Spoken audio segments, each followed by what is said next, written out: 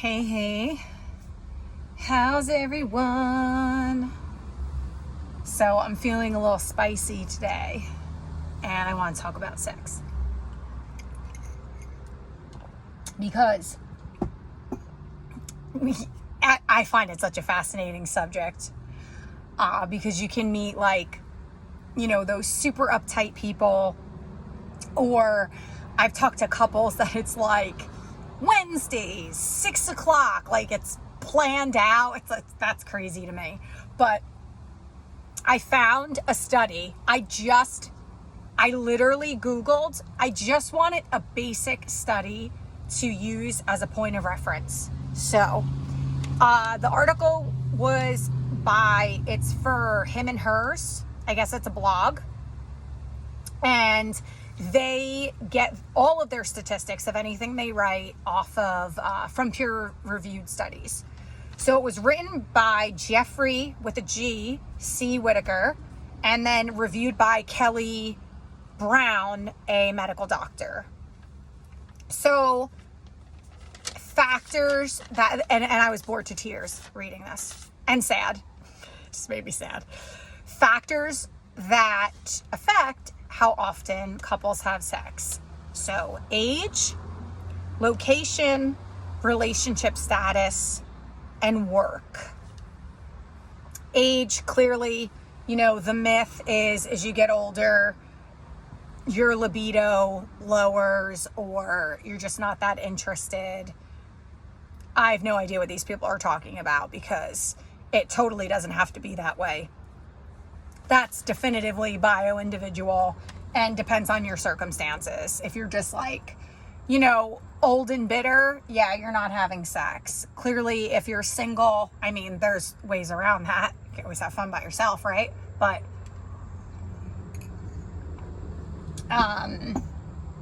there are so many things that you could do to have a healthy sex life no matter how old you are. Location. This actually was the thing that intrigued me the most. And I don't know what made them take stats on this, but West Coasters have more sex than East Coasters. This might be another reason why I need to relocate to the West Coast. Go West Coasters, watching. Yeah, word, fist bump. Good for you. Relationship status. What they're referring to here is the premises. If you're married or living together, but they refer to it as a married couple, you are under the same roof and it's just easier. Just convenience. And then work, they did a study on how full-time work, especially depending on how stressful your job is, could inhibit your desire to have sex, which I get.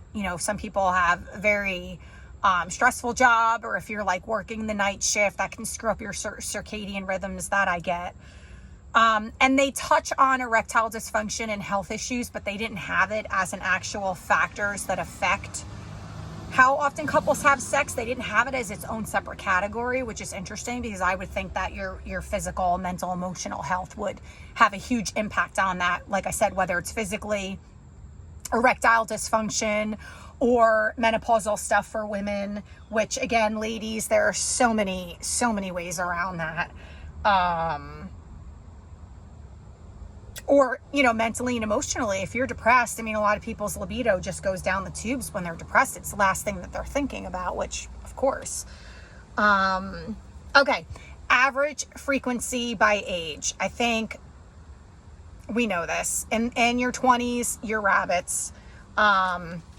It's about 80 times per year. This is the national average. By age 45, it goes to 60 times per year. And then by 65, 20 times per year, which is batshit crazy to me. 65 is like the new 50. 65 is not old. Why are you not having fun and adventures in the bedroom is beyond me. I don't get that at all. And then they talked about how to have more sex with your partner, which clearly, you could go see a sex therapist or even regular therapy, communication, intentionally, consciously making more time to connect and treating erectile dysfunction or any type of mental health or physical ailment that is occurring at the time. So, yeah, why was I bored? I don't know. I'm not a stats person the way other people are. I think like some people really rely so heavily on stats, and I think things can be overinflated and underinflated, and I just don't always think it's an accurate measure. But I get we want like a roundabout. I think having a healthy sex life comes down to very basic things. Very basic things. So I'm single. If I'm getting into a relationship, you have to be very upfront with how important your sexual compatibility to that person is. Now, you might be listening to me and being like, what are you talking about? That's so important. And this is a big thing with women. Stop lying to yourselves. Stop lying and saying that sex isn't important or it's not in the top 5. Honey pie, it's important. Like, it's important. It's as important as men make it. That's how important it is. There is nothing wrong with sexual compatibility being high on your priority list and attracting a partner. If you're not having fun in the bedroom, I mean, really, why even bother? That is such an enormous part of a relationship. Yes, it's going to dwindle. Yeah, it's going to, naturally. Doesn't have to, but it's probably going to dwindle a little bit. You're not always going to be in the mood. You're not going to be screwing like rabbits after probably your first year. But again, I think that's optional. Like people who are so afraid to age and can't look at every year as a new opportunity to like shed old snake skin, step into the new skin, and really highlight all of your lessons and your wisdom and like prove to yourself that you can do things that you never thought you could do at the age you're at. So I think it's so much mindset related. So there's nothing saying that after a year you can't still be screwing like rabbits, but you might not be. But you have control over that to an extent. Clearly, you both need to be in the same mood, so that's a whole other thing. But there are ways that this article did not talk about to kind of like get the magic back. So I'm just going to take this off the table right away. One of my first jobs was working at a video store. It was an independent video store. I was 17 years old. I was not legally allowed to work there because we were the only video store in the area with a porn room downstairs. So I lied. It was one of my brother's friends from high school owned it. And I went in and I just said, yeah, I'm 18, which was really funny because I'm such a bad liar. I'm like, I don't like to lie. I'm not good at it. And I do believe the truth is always the best, but I knew I wasn't going to get the job if I didn't say I was 18. So like months later when I turned 18, they were all like, happy 19th. And I was like, no, I lied to you. So anyway, we competed with Blockbuster and we were so hopping busy because we had the porn room.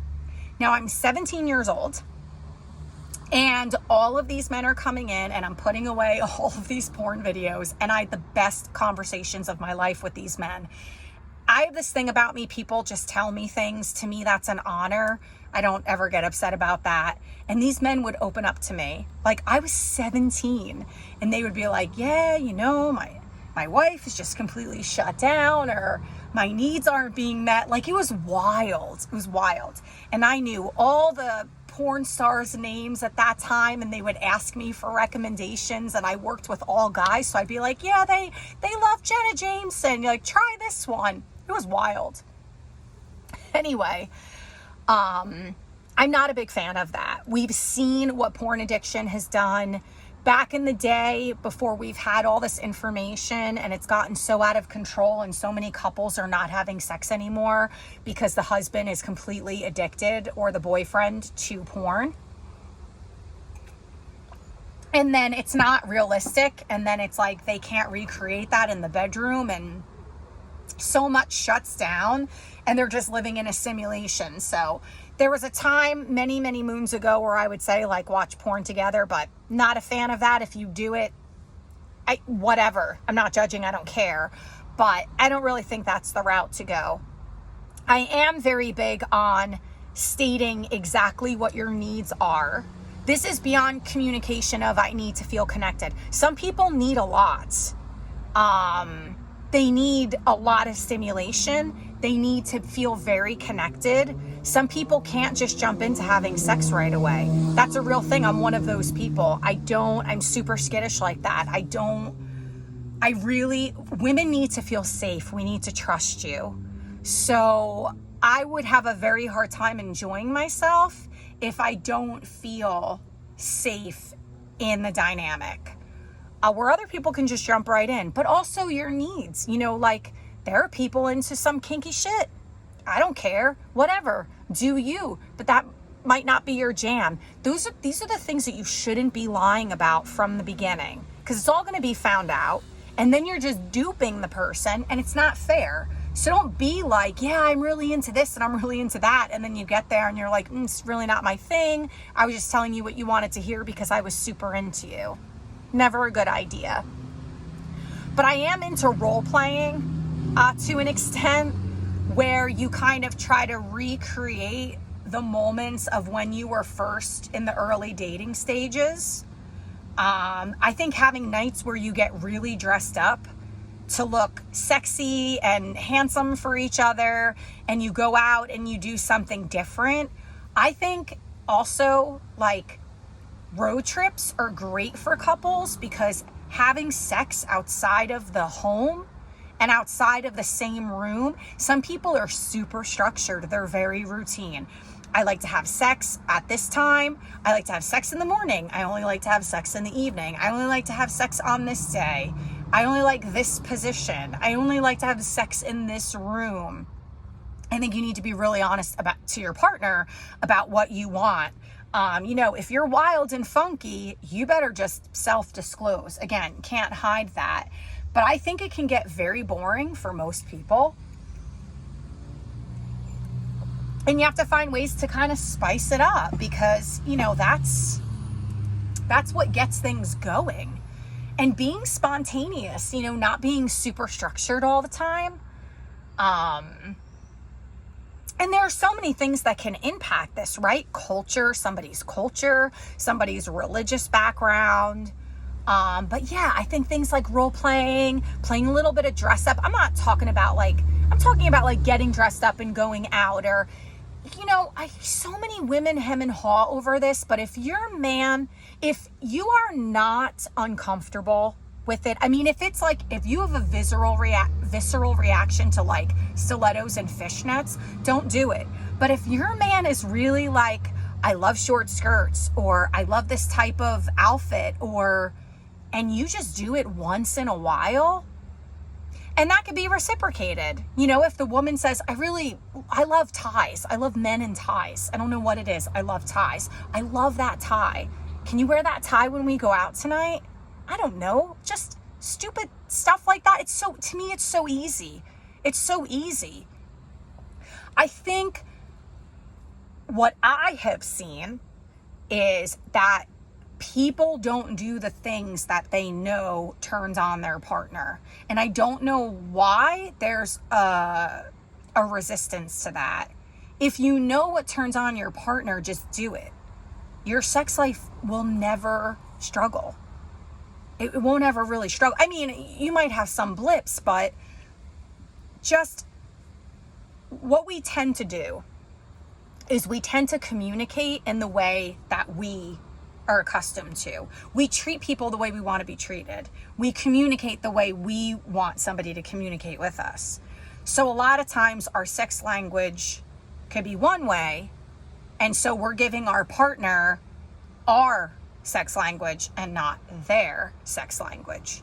And it doesn't work that way. This is why the earlier conversations, again, this is not date one. Hey, what's your sex language? No, probably not a good idea. But I think this is something that you talk about really early on. And you know what? If you're having sex early on, you're probably gonna find out very quickly without words. I'm not even saying that this needs to be spoken to an extent. I think after having intimate relations with each other, dating for a bit, if there are things you really want, that's a good time to have a verbal conversation of like, hey, how about this position? How about we try this? How about we try that? Sometimes just going to a nice hotel for a night and just getting out of your environment. I'm a really, really big fan of that. Again, these are super, super simple things. I think the biggest thing for women, because I do believe in we're very well versed on the generalizations of men and women in this area, I think, right? And so I think men function differently.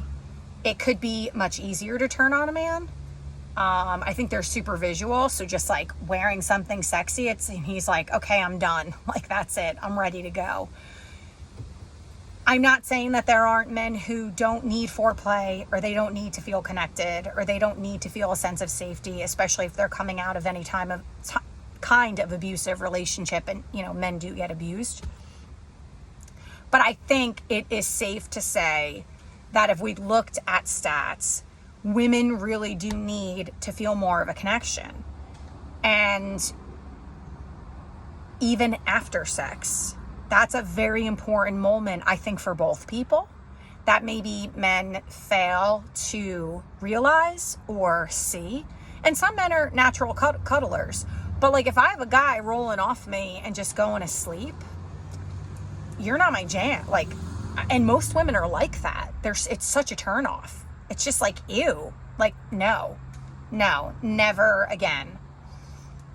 So there's things that you can do very consciously and with intention. For women too, it's like feeling safe, feeling protected, feeling connected. Just the way a man shows up for us, the language he uses, being super kind, tending to our needs in really small ways, like acts of service. Like maybe you mentioned something and your guy is like, I took care of that for you. That is such a turn on. Like, that is such a natural, easy turn on for a woman. It might seem more complicated to a man, because I think for men, it's more primal, but I would argue that there are certain women out there where sex is quite primal, because it's natural. There's a feeling of a freedom in being naked and being naked together, and just being really honest and showing up for your partner in the way that they need you to. Not if it makes you feel unsafe or uncomfortable. It's not what I'm talking about. But if you know that your partner really likes something, I had a girlfriend and there was something, she didn't like to give oral sex. She hated it. And in the back of my head, I was like, this is going to work against her. And she's like, I just won't do it. I hate it. And I'm like, how is he responding to that? And in her girl brain, she really thought he was okay with it. No, he wasn't. So again, and maybe he wasn't expressing it, shame on him, because he should have been saying, this is really this is important to me. But I do not think that there should be no shame surrounding these topics at all. There should be no shame. If you're blushing at things that I'm saying, I get it, because again, it could be cultural. It could be, especially if you're a female, like, I can't believe she's talking about these things out loud. It's like, really? Come on. There is a woman. She's very dicey, very provocative. And I follow her on YouTube and Instagram. And she gives a lot of tips and tricks on how to satiate your partner. Things that she feels in all of her research and all of her sex work that men really love and women really love. Again, she's quite bold and extremely provocative. She's not everyone's cup of tea, but I will link one of her YouTube videos in in this video, probably in the comment thread or maybe in the description. So I hope that this helps. I think that we can do better. I think 20 times per year by age 65 it really depresses me. If you're with the right person and you're in alignment, and again, this should be in your top 5, sexual compatibility is extremely important. Do I think it's as important as feeling respected? Do I think it's as important as somebody who's going to be loyal and faithful? But I do think it's right up there for sure. So let me know your thoughts. Love you to pieces. See ya.